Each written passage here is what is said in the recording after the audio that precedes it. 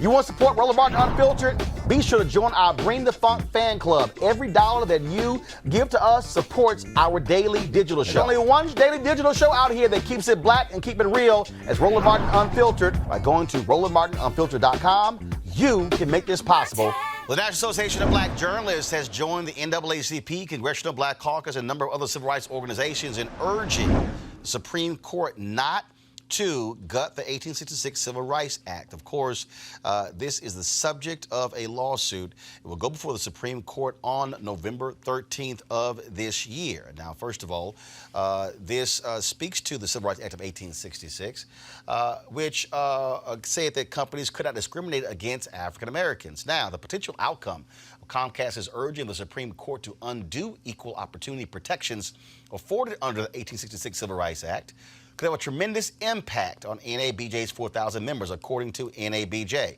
All right, folks, if we can actually pull up the actual statement, please pull it up. And obviously, for disclosure, I'm Vice President Digital on the board of National Association of Black Journalists, and so was one of the folks who participated in sending out this particular statement. Now, this is, of course, critically important because, again, as I said, on November 13th, the Supreme Court is going to hear this portion of the lawsuit of the lawsuit that Byron Allen has actually filed against Comcast. So let me actually read you the NABJ statement that was sent out. Guys, if y'all have it there, you need to pull it up on your end.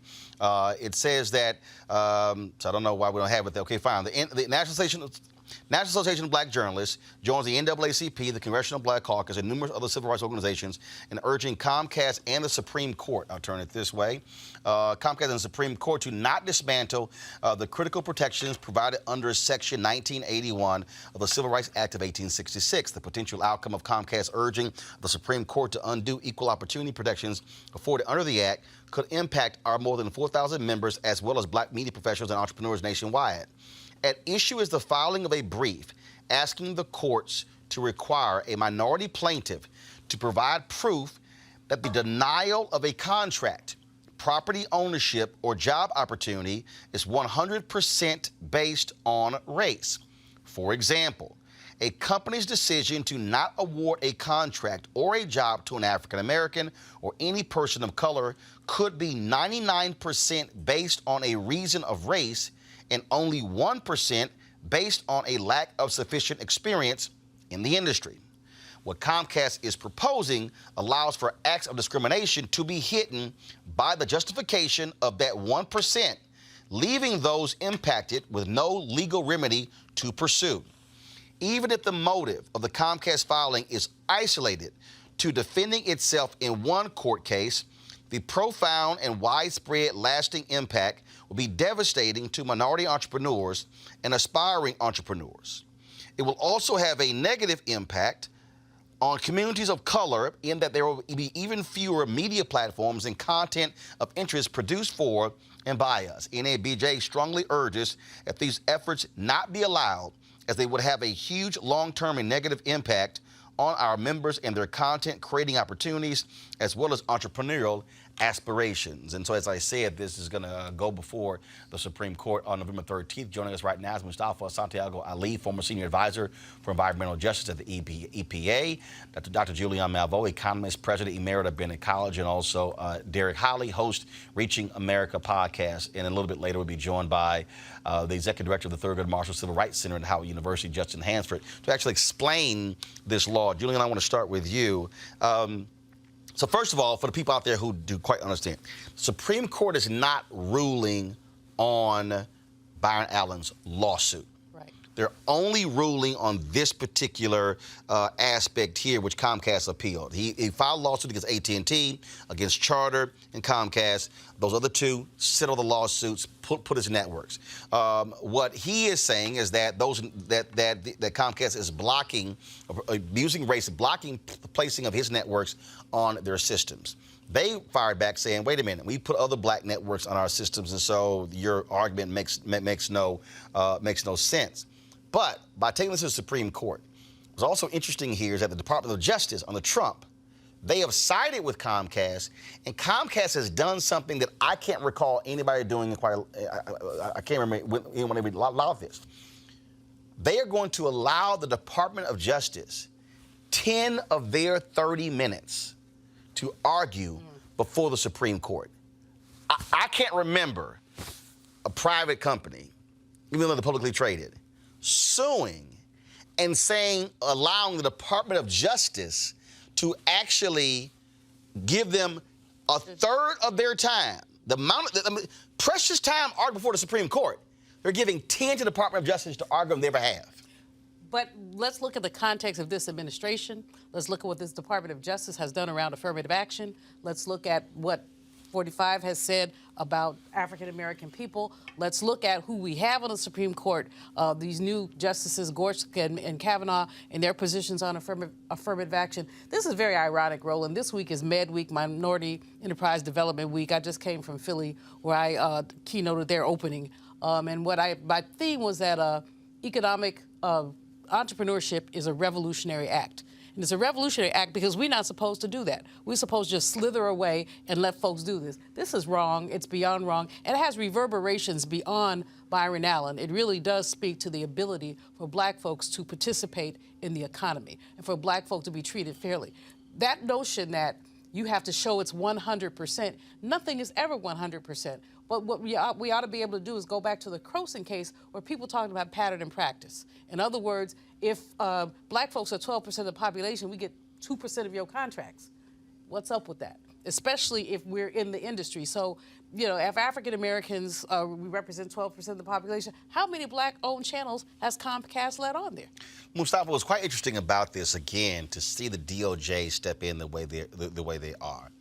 But also what you have happening here is the fact that it was, you know, the legal precedent or the strategy of Byron Allen to use the 1866 Civil Rights Act as a basis for the lawsuit. And he's been able to fund this thing all the way through, which is also different.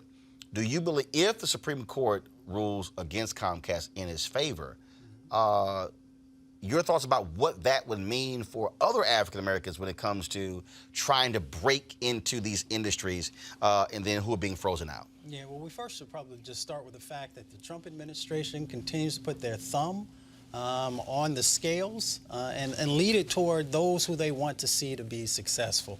I mean, the effect of this is actually going to be less African Americans having the opportunity to be in this space, less jobs, less ability to frame out our narrative. All these various things are a part of this. So I see it as a very negative thing for our communities.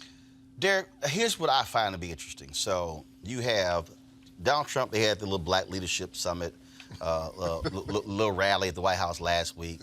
Yeah. And Trump is always talking about how he's helped the blacks, talks about the unemployment.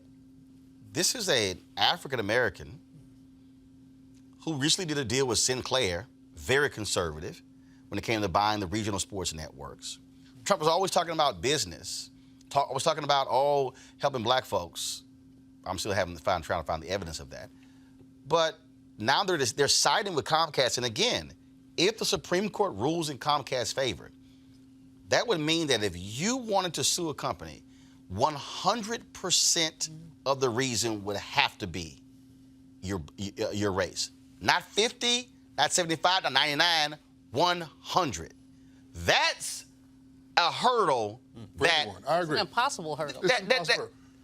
And so, but I look at it, because like you said, it is an impossible hurdle to handle and to try to overcome. But at the same time, I'm just wondering, I do wonder why the DOJ has anything to do with this and how that even came to be. But also go back to, Roland, what we talked about last week, just when, you know, Comcast is still arguing that, you know, we've let other black programming on and we've allowed other networks to be established on Comcast. And Comcast owns Universal, which is NBC and all these programs, all these stations, that kind of thing. So I'm trying to figure out, again, we go back to is it content with Byron or is it something else? And so that's what I'm wondering, because they've done it before. And for it to get all the way to this point, I'm just wondering what else has happened that they won't allow him on this network. Well, I'll tell you what else has happened. This is a white male ego game. They do not like the way that Byron Allen has come at them. He has come at them aggressively. He does not back down. Folks cannot stand black men especially, but also black women who stand up to them. And that's really what's happened. They're drawing a line and saying, we're not going to let this brother tell us what we're going to put on our network. I think I'm going to agree with you that too, but then I also look at, I go back to the content part, because I actually turned to Byron Allen, one of his shows, I guess it was a few months ago, and I was looking, I was like, is this a rebroadcast? Because I couldn't tell that's why I go back to the content part of it. And according to Comcast, their reason for this whole deal, is the content. Okay, Oh, okay. that's fine. But again, though, taking this thing now to the Supreme Court, this could now completely change. Again, you're establishing legal precedent. Sure. Yeah. By being able to say it's 100%. Guys, let me know when our guest is there. That's why I wanted the guest to walk us through that. But that's okay. No one told me the guest was there. All right, let me go to the guest then. Justin Hansford, Executive Director of the Thurgood Marshall Civil Rights Center at Howard University. Justin, how you doing? Good. How are you doing? I'm doing great. All right, so for our folks who don't understand, again, we know about the 64 Civil Rights Act, 65 Voting Rights Act, 68 Fair Housing Act. But explain to folks exactly what the 1866 Civil Rights Act is, why it was implemented.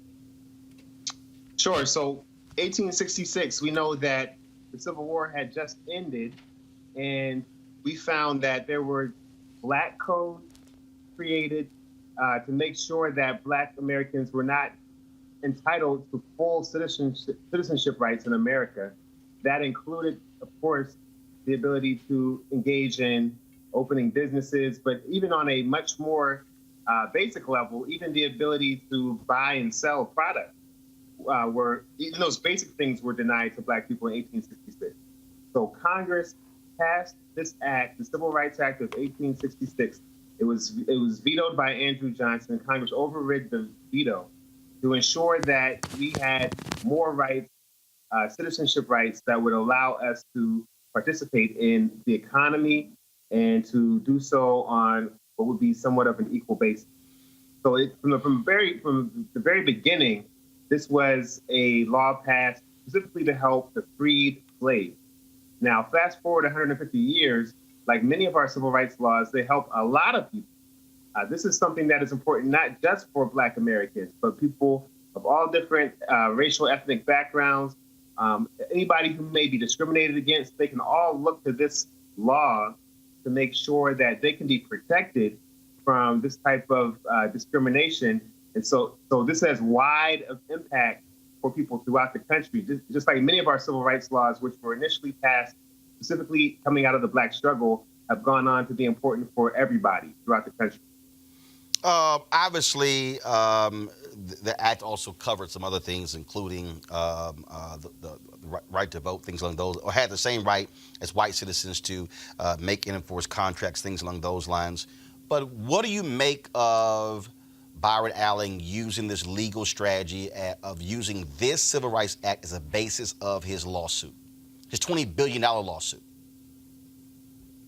Well, I think that the way that the Department of Justice has come on and used this opportunity to create a precedent, as your guest noted, that will take us back in over 150 years, to be exact, and really destroy one of our main avenues for civil rights, makes it a risky act to use this act for his argument. But however, I can see why he did so. Whenever companies or anybody who is involved in racism can simply point to a pretext, we see this oftentimes in the case of policing. If they can point to some sort of pretext and say, well, yes, the person was Black, but also look at this other small factor. This other small factor was the real reason for our discriminatory decision. Whenever they can use that pretext to move forward with their discriminatory activity, it really makes the letter of the law laughable. And so there's a lot at stake here. I think the strategy specifically to use the civil rights law, just like in any civil rights context, it can be flipped and used against us. Right. And the impact will be severe if indeed we lose this case. That's going to be seen by the amicus briefs filed by the NAACP Legal Defense Fund and the Congressional Black Caucus. People throughout the civil rights community see the possible wide-ranging impact of this lawsuit, which, to be honest, really creeped up on a lot of us. I think with all of the things that have been happening politically, This is something that's flown under the radar for the last few years. And, here we are right in front of us. The arguments are going to be happening in November, and we have this huge risk right in front of us. Well, but let's just be honest, Justin. The reality is lawsuits are filed every single day, all right? And the Supreme Court takes very few cases. Yeah. So really what happened here is that when the Supreme Court took this case, that's really what elevated it, because all of a sudden it was like, whoa, hey, wait a minute, the Supreme Court is now looking at this whole deal. I think that's what actually changes it. So when the court does something like that, again, it elevates any case, because it's rare for a case filed to go through the court system and make its way to the Supreme Court. Very rare. So under 100 cases per year is what the Supreme Court hears.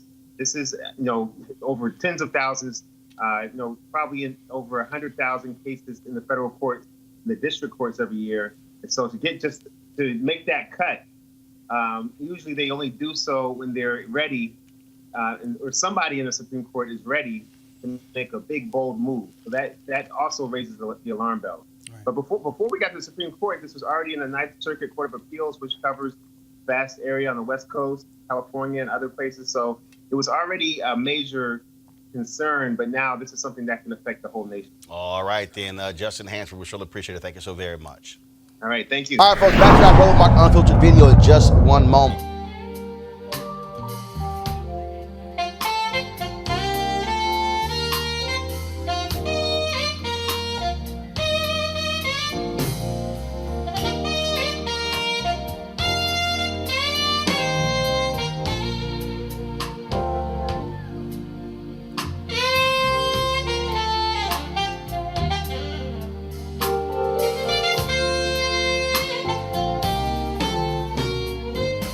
All right, y'all, that's my alpha brother, Gerald Albright, one of the many performers at the second annual Life Lux Jazz Experience taking place in Cabo, Mexico, November 7th through the 11th. The folks at GFNTV.com, they're going to actually be live streaming all of the concerts covering those 3 days. You can get a streaming pass, of course, for $10.99. Let me, again, go over who's going to be 14 different acts performing. Gerald Albright, Pieces of a Dream, Alex Bouillon, Roy Ayers, Kirk Whalum, Donnie McClurkin, Shalea, folks, a number of people who are going to be performing, a number of R&B, jazz, and gospel artists, again, taking place 7th through the 11th. That's the Life Lux Jazz Experience. The live stream is going to be November 8th through Sunday, November 10th. If you want to actually sign up, go to GFNTV.com, GFNTV.com, to sign up for the live stream. If you actually want to go with us to Cabo, go to LifeLuxJazz.com, LifeLuxJazz.com, LifeLuxJazz.com. Package is still available. But if you can't afford that, you can definitely, of course, get the live stream for $10.99, covering you for 3 days. It's going to be an amazing time. I'll be broadcasting Roland Martin Unfiltered there Thursday and Friday. So I'm looking forward to you, if you do go, being part of that experience. And, of course, you'll be able to see the show right here as well. And so, again, be sure to get the live streaming pass for $10.99. Go to GFNTV.com. Now back to your Roland Martin Unfiltered video. Hey fam, I want you to like, share, and subscribe to our YouTube channel, youtube.com/Roland S. Martin. And don't forget to turn on your notifications.